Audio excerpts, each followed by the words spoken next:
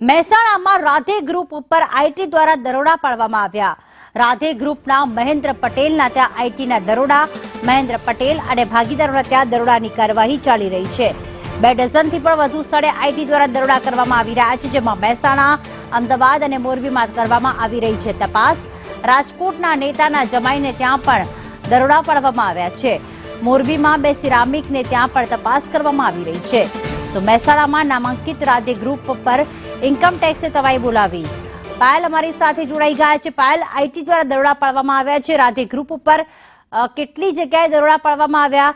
આઈટીની આ જે દરોડાની કાર્યવાહી છે કેટલા દિવસ સુધી ચાલી શકે છે?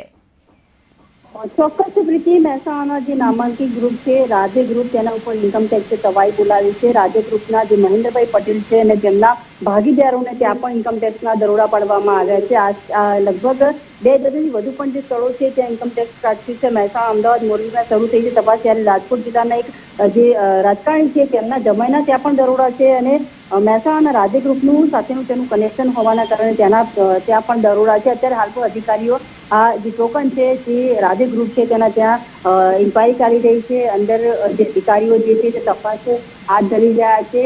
પોલીસને સાથે રાખીને અત્યારે તપાસ હાથ ધરવામાં આવી રહી છે। ત્યારે મહેસાણામાં જે રાધે ગ્રુપ જે છે નામચીન છે એના ત્યાં અત્યારે હાલમાં ઇન્કમ ટેક્સની રેડ પડી છે।